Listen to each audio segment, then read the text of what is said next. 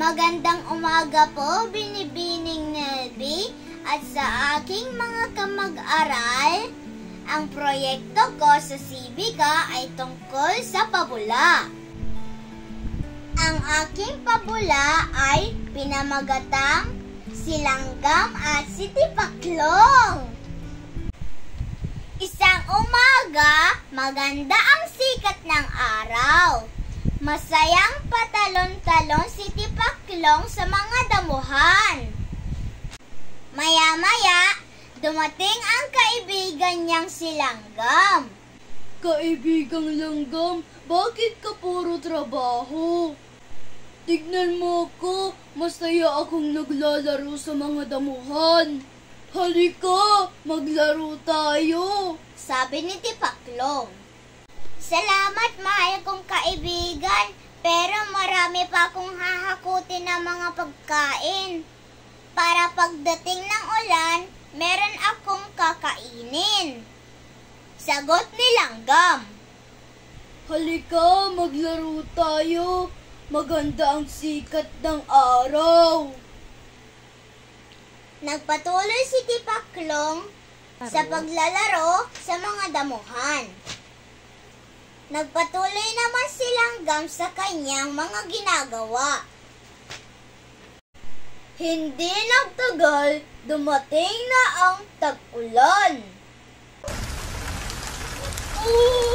Giniginaw na ako at nagugutom. Hirap na hirap si Tipaklong dahil wala siyang matirahan at makain.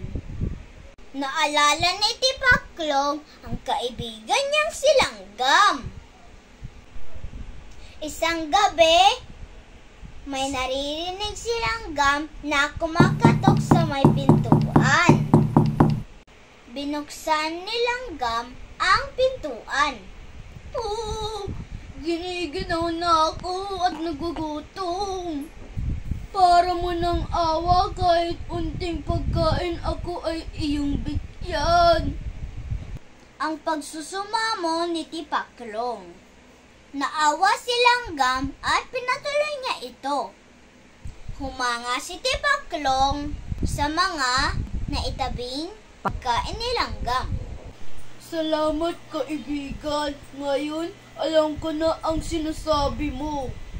Kapag maganda ang panahon, dapat mag-ipon ng pagkain. Hindi tulad ko na walang ginawa, kundi maglaro sa panahon ng tag-araw. Ang wika ni Tipaklong. Huwag ka mag-alala, marami akong pagkain. Ito, kumain ka. Ang mahalaga ay natuto ka na sa iyong pagkakamali. Ang mapagkumbabang sagot ni Langgam. Nahihiya naman kumain si Tipaklong. At si Langgam naman ay masaya sa mga nakikitang pagbabago sa kanyang kaibigan. At dyan po nagwawagas ang ating pabula. Ano ang aral sa ating kwento? Si Tipaklong ay laging naglalaro at hindi nagtatrabaho. Kaya, wala siyang makain. Ano ang ating matututunan kay Tipaklong? Huwag mag-aksaya ng panahon. Maging masinop sa lahat ng oras. Si Langgam naman ay masipag at wala siyang inaaksayang panahon. Si Langgam ay mapagbigay at tumutulong sa kanyang kaibigan. Kaya mga kamag-aral, maging masinop tayo sa lahat ng panahon, maging matulungin at mapagbigay. Salamat po!